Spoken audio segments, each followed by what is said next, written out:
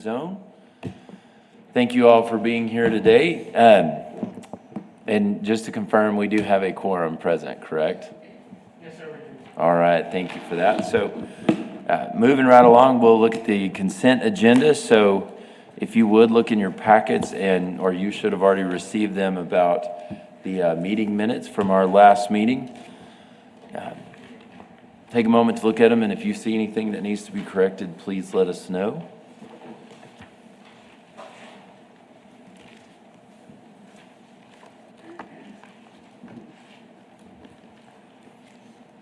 And if they look good, we'll entertain a motion to accept the minutes as they are. All right, do we have a second? Second. Okay. All in favor? Aye, there we go. And now at this time, if anyone from the audience would like to make public comment on issues or concerns that are not on the regular agenda, I think you two know how it goes, but we ask that you speak from the podium, address the comments to the dais, and please give us your name and address or single member district number. And then you have a grand total of 3 minutes to make any remarks. So do we have any public comments today? Yes, I have two public comments today. The first one will be Evelyn Smith. Okay.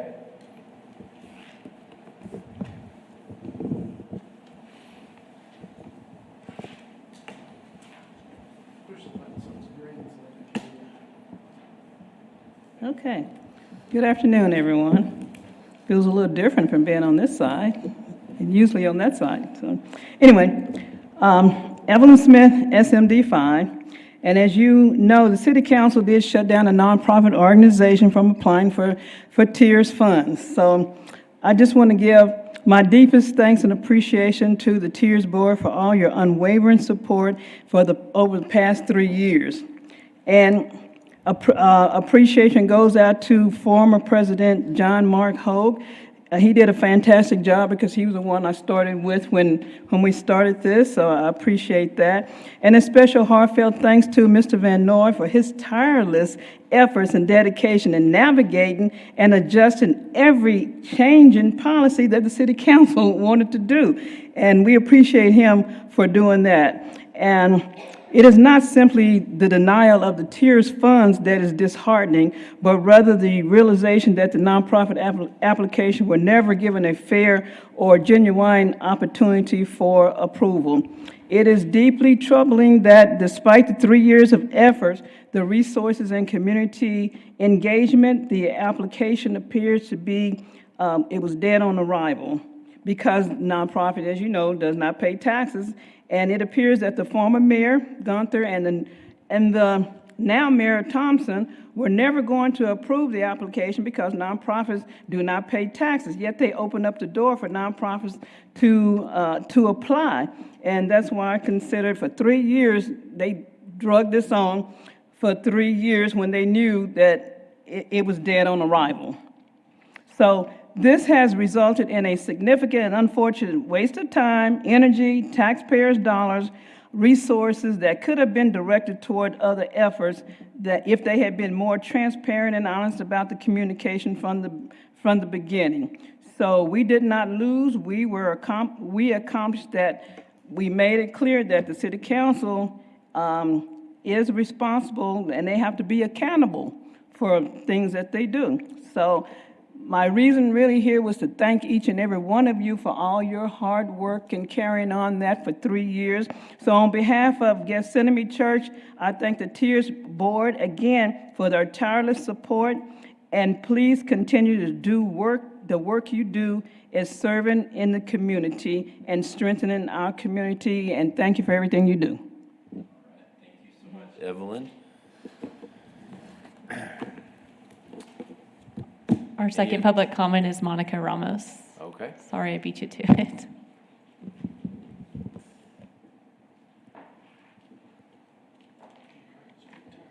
Good afternoon, Monica Ramos, downtown San Angelo. I understand that there was recently a DHRC deadline of July 18th. So assuming those applicants that had applied, that are getting ready to apply for TIRZ, I don't know how many there are, but assuming there might be a few in the south. But personally, with downtown San Angelo, I have visited with three property owners in the south who, one is ready to go. He's already gone through DHRC. He's ready to apply for TIRZ once that window opens up. And then I have two others that are in progress and getting ready to go through the DHRC steps. So we would hopefully see their projects go through DHRC and be ready by September. So I'm proposing that the TIRZ Board consider opening up a window in the fall. I understand that's also when the funds generally get replenished, is around October, November timeframe, but there are a few funds that are in there currently. So please consider opening up a window for those applicants who are ready to move forward. They've expressed that they have their projects in hand and ready to go, but that's the main question that's lingering is, when can we apply? We want to do this, we want to apply. So please take that into consideration. All right, thank you for your comments. So with that, our public comments are concluded and we move into the regular agenda. So, Mr. Vanoy, are you ready for the financial report for us? Yes, sir. Thank you, Chairman. Aaron Vanoy, Director of Planning and Development Services. Do you know if this is on? Let's see.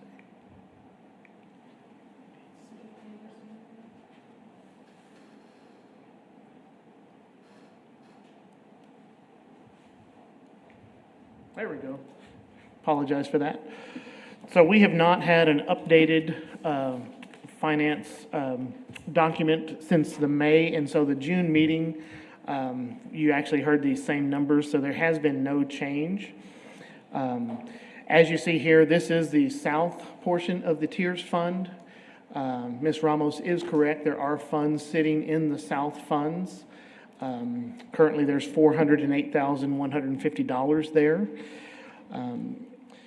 So that is available for assignment.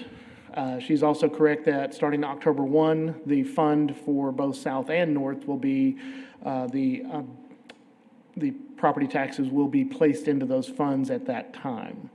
But currently, through the rest of this fiscal year, which goes through the end of September, we have $408,150 on the south fund. On the north fund, and you'll see there's a request today. Yes, sir? Aaron, can you tell me approximately what the unencumbered balance is for the south right now? Unencumbered. I mean, I know we got it obligated, but it's not spent yet. Do you know what the balance might be? I'm not sure if I'm going to answer your question correctly, but so. I know we've got 1.4 committed, right? That's what you showed on expenditures. Well, for the private incentives, yes, sir, that is correct. But how much is in the bank right now in the south fund, just approximate? The answer that I think I know that I can give is that $408,150. How much? The $408,150, that's for any assignment, whether it would be for private or public, but that would be, we would consider that for private incentives usually. We don't have a public request in front of us. May I express it another way? Yes, sir. How much of the 1.7 beginning balance that we had in September 1, or October 1, whatever it was, is not spent?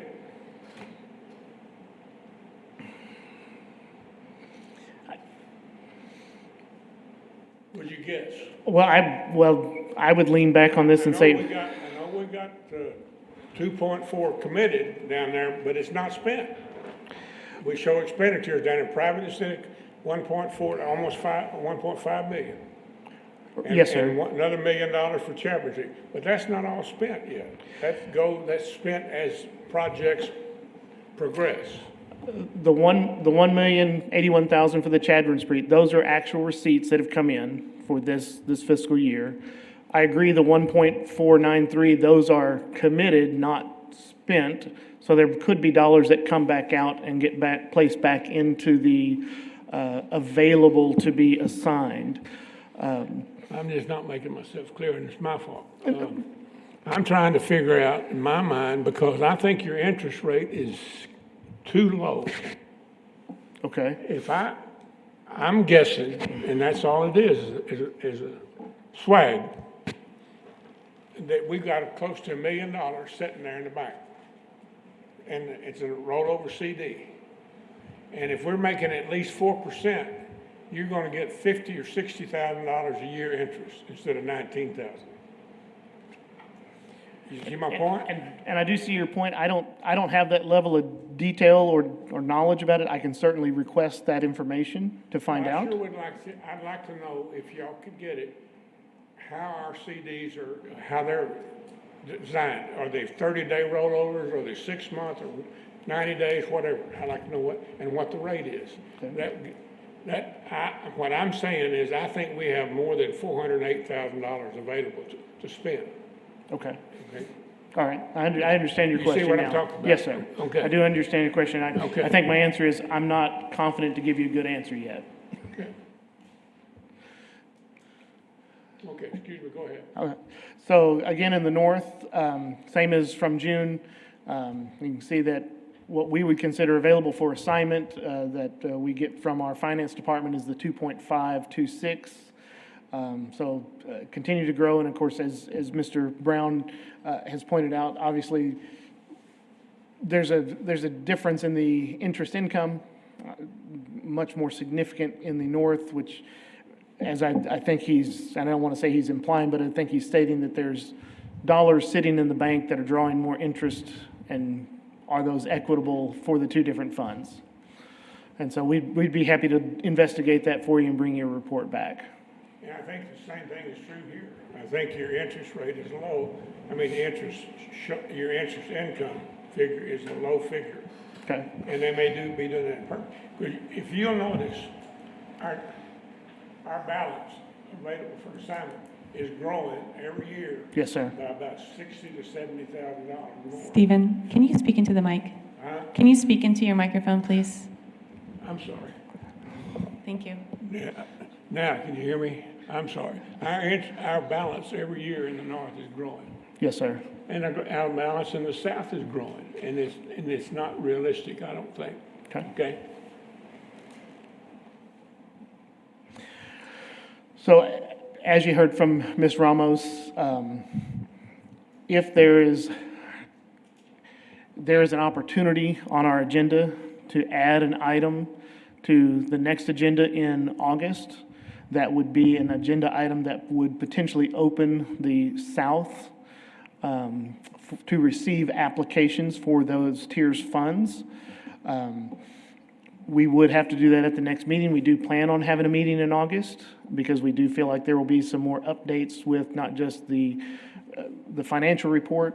Obviously, Mr. Brown will be bringing some information back there, as well as a more detailed update on our strategic planning. So while I know we're talking about the finance, there is an opportunity on our agenda to address Ms. Ramos' suggestion about opening the South Tiers for another application cycle, which would be the third application cycle this year. But we do just want to reiterate that we do have funding available to award or recommend for award to City Council currently in the South.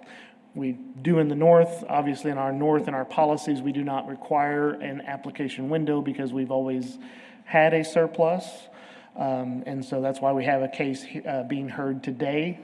And so I will talk about that later in my director's report, just giving you some facts about some information that correspond to the July 4th flood event. And I'll give you some information then during my director's report. Chairman, are there any other questions on the finance report? Okay, so if we open up the window, or if we shouldn't, if we don't open up the window, well, let me ask the question another way. I'm like Mr. Brown now. So if we vote on it, would we be voting today to open it in August, or vote on it to open it in September? It would be an item to be added to the agenda for August, to vote to open in August, when that window would be. And it could be the very next day after the TIRZ Board meeting that you voted to open the window, or that same day. But it would be to bring those potential items back to you guys in September, at the September TIRZ Board meeting, to hear them for recommendation for funding. Okay, when is the next regularly scheduled cycle if we don't open it now? Typically, we go, I want to say we wait till November, because we wait to see what that number is in October. That doesn't mean we have to do that, but I think traditionally we have. It sounds like Ms. Ramos said that there was one person that's ready to go forward. There may be a couple that need to go to the Design and Historic Review Commission Board. But those could probably take place in August as well, and then we could possibly get those fast-tracked onto the city council agenda so they could hear them that first week in October, so they could be assigned funding and start moving forward with their projects, if that's...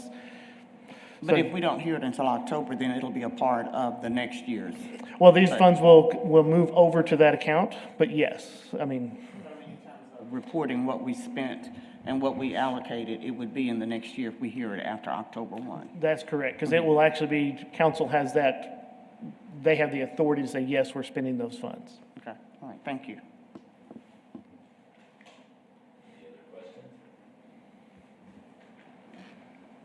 I think that's good. So we are ready for consideration and possible action of the North Tiers project.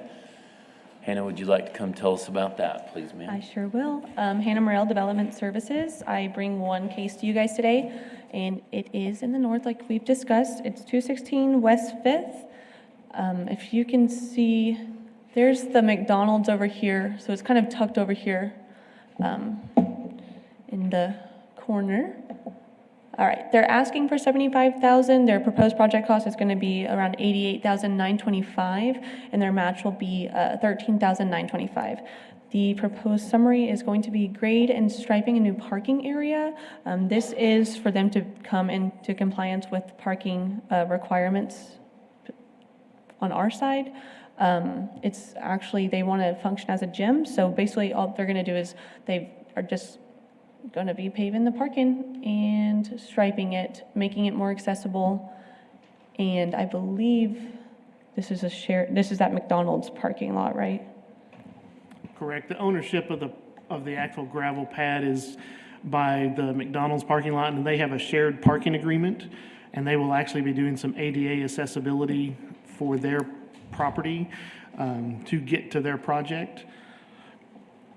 You can see they've got... Who's the owner of the property? The owner of the property is Mr. Heston King. Yes. Who?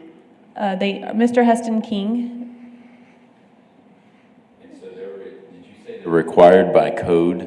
Oh, I was trying to lean into the microphone like we were told. So it's required by code for them to pave and stripe this parking lot? Yes, for them to be able to occupy the building, they have to have this paved. Okay, and what business? That's what I was trying to think of. It'll be a cheer gym, I believe, or just a gym in general, a cheer Okay. gym. Yes, and if this full funding is recommended, it'll still leave us with $2,451,890. I have a question. Yes. So you said there's a shared parking arrangement between McDonald's and this, Yes, the ma'am. owner or the company that's going to put in the gym? The owner is the owner of the company. The owner of this building is the owner of the company. They have another cheer gym in Odessa, so it's the same person. Did I answer your question? Yeah, I guess my mind is moving faster than what I'm asking. So, there's already a parking disaster at that location. So I'm just trying to understand, if he opens up this gym, how much more traffic can we anticipate at this one location right there off the loop? I'm envisioning that it's going to be a nightmare. Well, we did look at this through the planning commission. They did request a conditional use to use that building, and during that time, that was the discussion points of traffic and things like that, because this is an area that can have some higher traffic, particularly with Houston Hart Access Road and MLK there just to the west. And then also you see the Texas Pacifico Railroad. And so through the conditional use and the site plan that was developed, the logical place to actually utilize the parking is there. While it's tied to this building here on Fifth. The parking's actually on 219, on that side, and then they have a sidewalk that comes across, and then they have some parking there at the end of the south of their building. So they are actually entering and exiting in a more safe place than typical. We know that they will be a traffic generator compared to what's been there now, but we do believe that we've done everything that we can to mitigate the safety concerns, as long as parents and those that are dropping children off and are being watchful and cognizant of their surroundings. I think it's a good opportunity. The thing that triggered the parking is they're not in the central business district, they're just outside. The central business district does not require parking, so this required some parking, and we're trying to work with them to get the building into a better use. They are modifying the building to make it a bigger space for their cheer gym. They're in a space off of Bell Street that's about half this size. And so they've been operating there, and they want to come and operate here and expand their program. Okay, I'm just concerned, maybe I shouldn't be, about the parking when I consider the students during the school year also that are off of there. That's always a distraction with the students just coming over to that parking lot. So maybe that's not anything I need to be concerned about, but I guess for the record, I've said it. I am concerned about the amount of traffic that's going to generate with that type of business, but that's not why we're here today, to talk about the business that's going in there. But I can imagine it's going to be a lot of traffic at Yes, that ma'am. location, especially in the evenings when the gym would be open. Yes, ma'am. And so just to make sure I'm reading this map right, so you've got Martin Luther King right there, and then West Fifth. The shared, they still have, so are they paving the corner right there at Martin Luther King and 6th on this side of McDonald's? Where that little body shop is on the corner? Okay, so they're paving right there. Okay, but it's still shared parking with McDonald's. Correct. They're the body shop that's on that corner on the west side of MLK. That's a private business. They're not in part of that. Just across to the east side where it says, I think that says 514, and then you see the 219 on 6th Street. Yes, sir. They are paving most of that. They're adding 12 parking spaces there, and they're doing parallel parking in a driveway over here Okay. on the West Fifth portion. So they're coming across the alley. They will have a paved walkway across the alley. They will have paving on their part of their property. That's where the shared agreement will be between the two. And they will actually have drive access off of MLK and 314. And then also over here off of West Fifth will be drive access. And they do have their ADA spaces in front of the building by the front door. So it'd bring them up to compliance, and customers wouldn't have to walk through the mud, right? Correct. Yeah. So if you see that middle picture at the top, where you can just see the end of the Connex box, Yes, sir. that's where the actual paving on the McDonald's side will be. Then they'll have a connection to their side, and they will be paving over to their side. That other piece over there is actually owned by the state, so they can't really touch it. Okay. Or the little rock retaining wall that goes around the corner, are they gonna leave that? Do you know that? They're not actually touching any of that. The retaining wall on where the loading dock and area is. Well, it's just, I Yeah. think it's gonna clean that up, make it look pretty nice. I think Pave the that is their top plan. side. They are going to clean it up and make it a little nicer. They are putting in some safety fencing over there because there really wasn't a safety fence for kids that were up on top, and so yes, they are doing those things. That retaining wall out of that rock's gotta be historic from somewhere. I don't know what was there before, but most rock is historic, I understand Yes, that. sir. But it was laid up there, not being historic. Okay, thanks. Yes, sir. Any other comments or questions? Well, what is the board's pleasure on this? All right, all in favor say aye. Aye. And with that, it passes. So Could you we'll- ask for public comment, although we don't have any Oh. public comment, but I think we should Okay. ask the question. Do we have any public comment on this? Okay. Do we need to revote, or are we good? We got to make sure you talk at some point That's right. in these meetings, Kathleen. Yes, you can revote if you'd like. I don't really see a need to do that, do y'all? Unless it's just procedural. Okay, well, good. So that's approved, and then moving forward, we are ready for the director's report. Thank you so much, Hannah. Yes, thank you, Chairman. First, I'll give you kind of an update on our strategic planning committee. We did have our first meeting, I guess it's been about 3 weeks ago now, maybe 4 weeks ago. It went really, really well, had great attendance. We did have lots of discussions of where and why. Also, the historical perspective of how TIRZ came to be and where we think it should go. And then, for some reason, we were blessed with lots of rain over the 4th of July weekend, and that affected our July the 10th meeting, which we postponed 1 week, which really wasn't great for people's schedules. So we did have another meeting that talked about private incentives. We did have some guest speakers there, and we did talk about what private incentives and how important those are to our small businesses here in the downtown and along Chadburn, MLK, and Bryant. We will have another committee meeting on Thursday where we're going to talk about public projects. We'll actually have guest speakers all the way from our Public Works Department, our Police Department, our parks, and then I'm actually going to do a short little presentation about tree canopy, particularly in our downtown area, about our tree canopy that as we move forward with items. But I'm very happy that committee is continuing to move forward. Ms. Shirley Spears is heading that committee, and she's doing a great job with her leadership and representing y'all's ideas and thoughts of this is where the TIRZ Board stands on those things. So very thankful for her as well as the other TIRZ Board members that are there.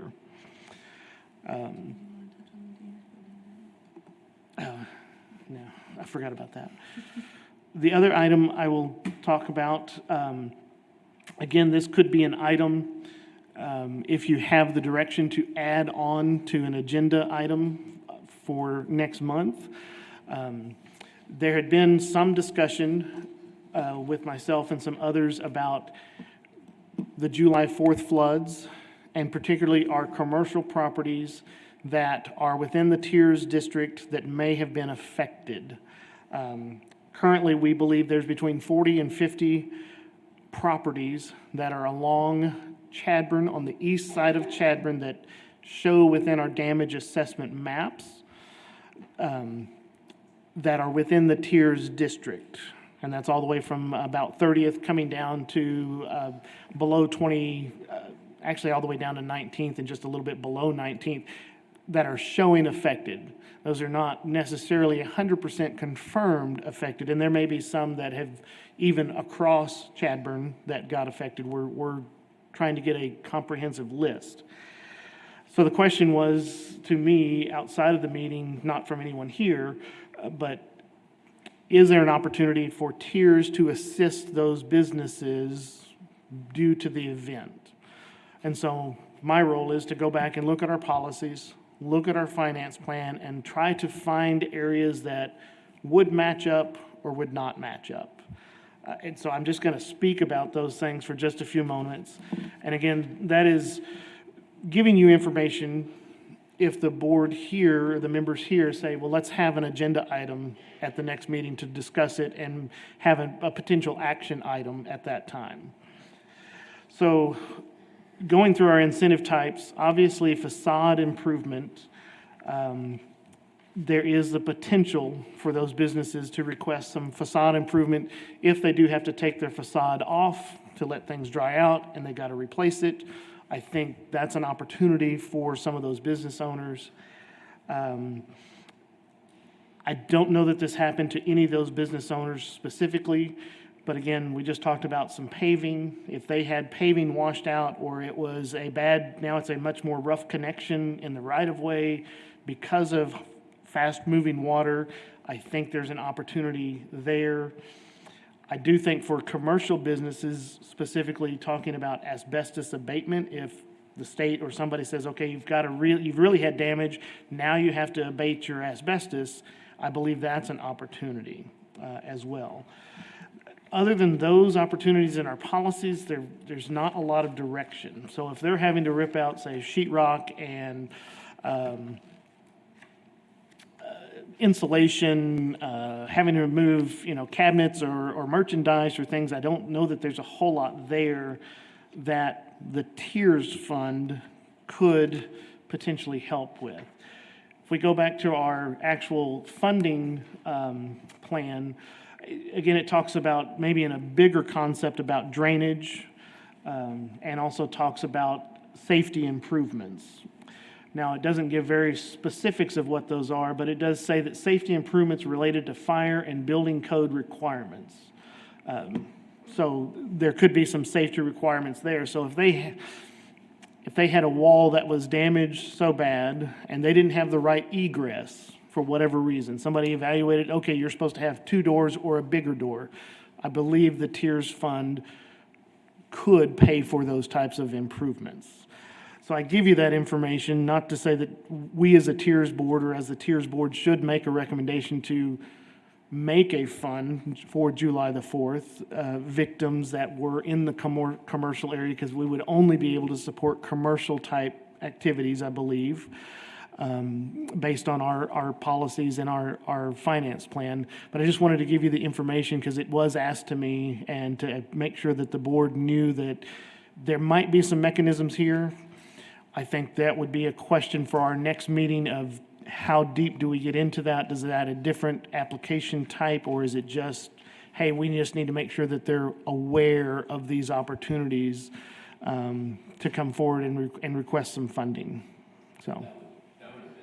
Question with it is, our first question would have been, do we need to set aside specific funds and create another process, or can they just use the one that's already in place for these projects if they do have damage? Because these are, I mean, you don't know them all yet, but they are in the north zone. They're within our north zone. Correct. So, correct? Yeah. Correct. All right. And I think with us having this discussion, and of course this is, a public meeting, and making sure that people hear this and understand this, and making sure that our website is up to date is critical for them to at least start asking questions. My preference would be that we have an established process. Can we fast track them in some ways? If they're really hurting today, is there a way to fast track them somehow? I don't know what that means, but I think that's important. I think we need to set a limit, and I think we need to open it up, and you need to bring us some criteria. I wanted to say, similar to what you're saying, Mr. Brown, but I think they typically would always contribute to their own project. And so I think we do need certain criteria if we're going to make an exception for this, where perhaps they're not having to contribute the same percentage that they typically would if we're doing this just for that purpose. And then my second comment is, I know that things are still moving, and they're moving fairly rapidly, but we would need to know before we actually consider this, how many of those businesses, depending on the criteria, would even be interested, and how many businesses there are, how many, that really were impacted. Some of them may have even been vacant, whereas some of them are, being used. So I think those are important things for us to consider. And I do think, just right off the top of my head, that we do need to put a specific criteria, because this was an unusual situation that happened. So, 500 years, yeah. Yes, so I sir. think that we need to. My daddy's name's Mr., my name's Stephen, okay? Okay.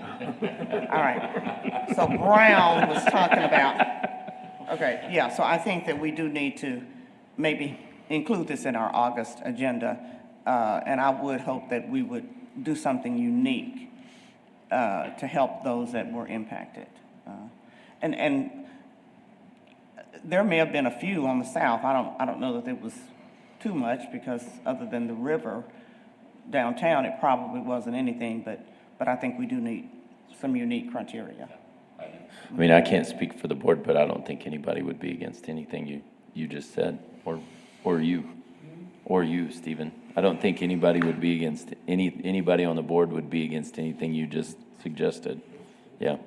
That's good. I made sure to say Stephen and not Bring on Mr. the Brown. agenda next time, okay? I was gonna say, I mean, Yeah, let's be ready to, let's be ready to take some action next time if you've got something we need to do in a hurry, okay? So follow up, how would you, without it being considered an official meeting, how could you communicate that the number of businesses impacted prior to the August meeting so we could kind of think about that? Well, when we create the agenda, and we can create the agenda early, we can put that factual information with that agenda item in the background so that you have that to review. We can put in some maps, we can put in what we believe is the affected properties. And we can work also with Monica Ramos with downtown San Angelo and some others that are in the area to say, how can we get some information out to those property owners around that area? And we probably could also do a quick mailing, because if we're talking 40 to 50 property owners, we can mail the property owners, but also walk into the business owner. I mean, could be a leased space and not just the property owner, Sure. but how to hit both of those. But I think those are opportunities for us to get that information out, and as well as get you background information. Okay.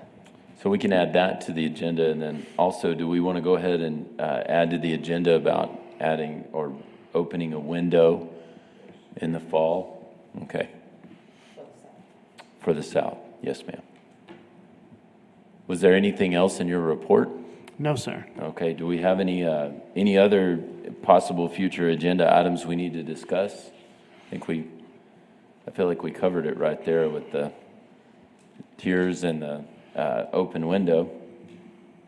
Oh, you're turning your microphone on, okay. You want me to open it up? No, I thought you might have something else you wanted on there to add, so. Well, I'll make a quick comment. He mentioned the necessity to move forward as quickly as possible. Yes, sir. If you get that stuff together, I would not be opposed for you calling a meeting to do that, if you get all that together, if that hurries it up, is all I'm saying. yeah, that's an excellent idea, because people do need those funds. I mean, we want them back in business and, yeah, generating revenue and all that as quickly as possible, so, Give me just a moment, I'm going to look at a calendar. okay.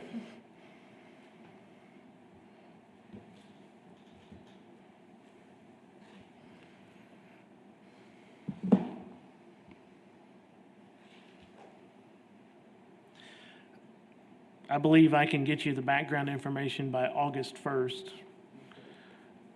And maybe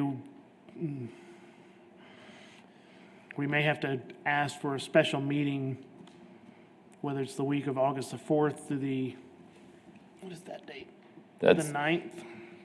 yeah, that's what I was gonna ask. Is And- there a procedure for that, or could we just say today, hey, if you have this to us by the 1st, we go ahead and put a meeting on the agenda? We or just on the need calendar? 72 hours so that we can notice the public, do our public notice. And the reason I'm looking at that week is if there is any items to take action on, we could take action within 2 weeks after that with potential applicants, depending on how it's structured, and then the very next city council meeting, get those in front of city council to get something moving quickly.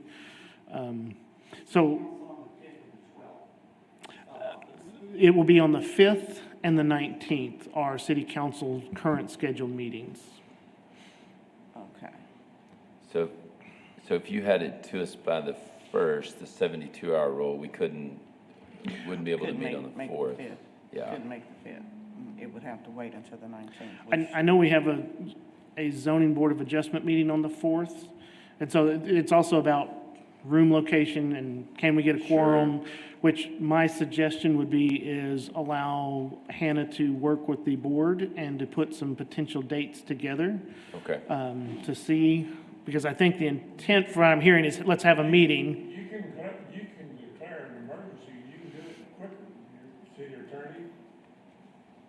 You can declare an emergency, you can have an emergency meeting. Unless the law's changed. Are you referring to city council, or are you referring to this TIRZ I'm board? referring to us. The TIRZ board, you do need the 72 hours minimum requirement notice. We can't declare an emergency? No, I think that it would be best practice, and I do not know if this would qualify for an emergency at this point. So I think for best practice, the 72-hour minimum notice requirement. I think you're wrong. I think we can declare an emergency and have a meeting within 48 hours. I think you're wrong. Can we confirm that, Madam Attorney, and then let's look at still trying to have a call to meeting if the dates make sense? Because otherwise, Yes. if we can't meet on the 5th and we're down to the 19th, that's almost at our regular Yeah. TIRZ meeting. Correct. The 26th is just another week. Correct.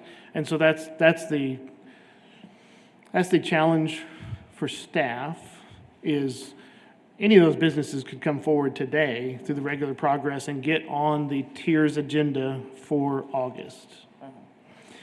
If we're looking at a specific set aside for the area, then we, again, is there the criteria? Is there, I mean, we have to set those things up and get them approved through council as an approvable Correct. program. And so that's the challenge of getting through that process as well. Yeah. I do believe your intent, and I don't want to speak for you, but it sounds like, yes, you'd like the background information. I feel I can get that to you by August the 1st, but you would like to have a meeting the following week because the background information is just going to give you some numbers, not your intent of we want to move forward with a program. Okay. I wish we could declare an emergency and have it in You sure we play. can't declare an emergency? So what, I'm asking the second. The law says any public entity, does it not? Can I think that we any would, constituted public subdivision of the city of San Angelo or the county can declare an emergency and have a meeting within 48 hours. Am I wrong? I think that we would have to revisit the definition of an emergency, and at this point, unfortunately, I just don't have that information to give you. And I think best practice when you're looking at a difference between 48 hours notice and 72 hours notice, that the expectation would be to have the public have notice. Yeah. Aaron, do you think, I mean, I know you've got staff and we're not the only board or entity that you deal with, but you know, if you had that information to us earlier than the 1st and we were able to say, okay, let's have a board meeting, then we could do it. Because I mean, perfect world scenario or best world scenario here would be that we were able to take action before city council or meet before city council on the 5th so that businesses would be, I mean, we'd be primed for to help those businesses if needed. And then city council could have something in place. So here's the challenge. Yes, I mean, I do realize it's next Friday. And that's what I was saying. I'm not trying to put pressure on you.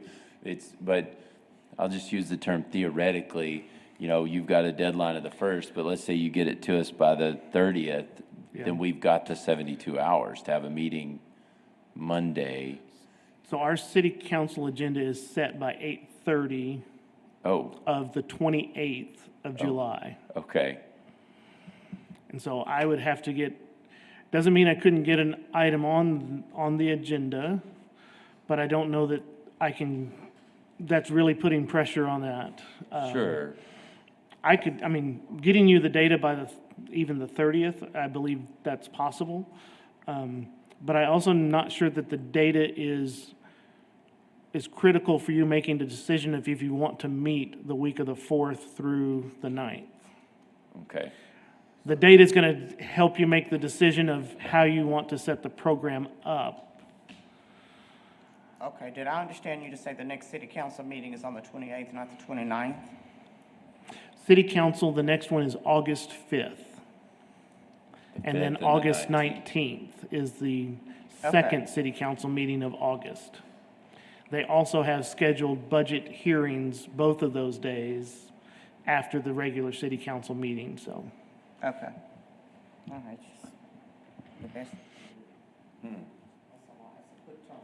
Yeah.